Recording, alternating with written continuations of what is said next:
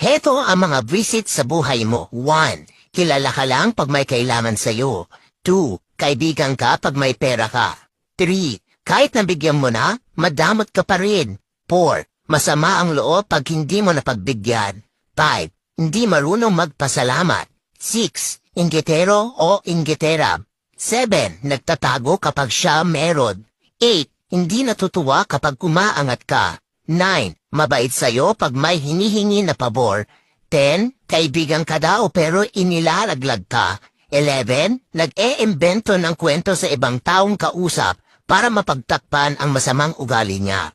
Kaya lagi mong tatandaan na ang pagiging mabuting tao ay hindi basehan sa kung ano ang natapos mo o anong relihiyon mo.